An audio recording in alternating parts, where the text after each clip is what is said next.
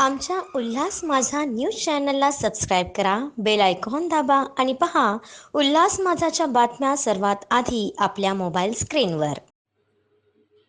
डोंबिवलीच्या Eklavya art forum या कथ्थक नृत्य अकॅडमीच्या रौप्य महोत्सवी वर्षानिमित्त सावित्रीबाई फुले नाट्यगृह इथं 15 ऑगस्ट रोजी रौप्य महोत्सवी नृत्य सोहळ्याचं आयोजन करण्यात आले असून यामध्ये सुमारे 180 कलाकार आपली कला सादर करणार आहेत. रविवारी 25व्या वर्धापन दिनानिमित्त एकलव्य आर्ट फोरम आधारित स्मरणिकेचे प्रकाशन करण्यात आले. पुस्तकाचं प्रकाशन केल्यानंतर कथ्थक नृत्य संशोधक ॲडव्होकेट सुनीला कौस्तुभ पोद्दार यांनी सांगितलंय की सांस्कृतिक नगरी डोंबिवली इथं 25 वर्षापूर्वी 1999 साली एकलव्य आर्ट फोरमची सुरुवात झाली होती. यंदा संस्थेच्या रौप्य महोत्सवी वर्षानिमित्त कथ्थक नृत्याचा अनोखा सादरीकरण होणार असून केरळ स्टोरी, सावरकर विचारधारा, कांतारामध्ये दाखवलेले लोकनृत्य, गीत रामायण, लक्ष्मण अग्रवाल ॲसिड हल्ला, हिंदू मुस्लिम गुरु शिष्य परंपरा आदी विषयांवर आधारित कथ्थक नृत्य रचना सादर केल्या जाणार आहेत. पोद्दार पुढे म्हणाले की रौप्य महोत्सवी सोहळ्यापूर्वी स्वातंत्र्य दिन आणि रक्षा पौर्णिमेचं औचित्य साधून गुजरातमधील भूज सीमेवर भारतीय जवानांसाठी सांस्कृतिक कार्यक्रमाचं आयोजन देखील करण्यात येणार आहे. भूज सीमेवर एकलव्य आर्ट फोरमचे कलाकार देशभक्ती गीतांवर कथ्थक नृत्य सादर करणार आहेत, तसेच नृत्य सादर करून सैनिकांना रक्षाबंधनाचे महत्त्व सांगणार आहेत. नमस्कार, मी कथक नृत्य संशोधक ॲडव्होकेट सौ सुनीला कौस्तुभ पोद्दार.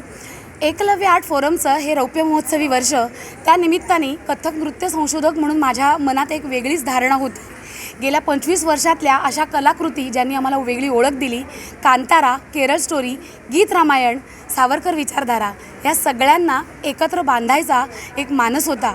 तोच सार्थ करण्यासाठी 18 ऑगस्टला सावित्रीबाई फुले नाट्यगृह रंगमंदिर इथे सकाळी 11 वाजता आम्ही ह्या सगळ्या कलाकारांना आपल्यासमोर आणणार आहोत. आपल्या सगळ्यांचे आशीर्वाद असावेत. 160 ते 180 कलाकारांचा संच ह्या सगळ्या कलाकृतीतून आपल्यासमोर येणार आहे. एकलव्य युथ फोरम ह्याच कार्यक्रमाच्या आधी भूजला सैनिकांसाठी हे करणार आहेत, ते नेमकं काय आहे? आदरणीय मंदारदादा हळबे यांच्या पुढाकाराने किंवा ह्यांच्या संकल्पनेतून भूज बॉर्डरवरील सैनिकांसाठी राखी पौर्णिमा आणि मग त्यानिमित्ताने तिथे 15 ऑगस्टला होणारं ध्वजवंदन, या दोन्हीचाही एक सोहळा तिथे सादर करण्यासाठी, नृत्यातून त्यांना एक आदरांजली देण्यासाठी माझ्या ह्याच विद्यार्थिनींमधला एक चमू माझ्याबरोबर 13 तारखेला त्यांच्याबरोबर रवाना होतो आहे. तिथे नृत्यातून ध्वजवंदन असल्यामुळे देशभक्तीपर कार्यक्रम होईल आणि राखी पौर्णिमेनिमित्त जवानांसाठी राखी पौर्णिमा काय असते हे नृत्यातून सादर करण्याचा एक प्रामाणिक प्रयत्न असेल.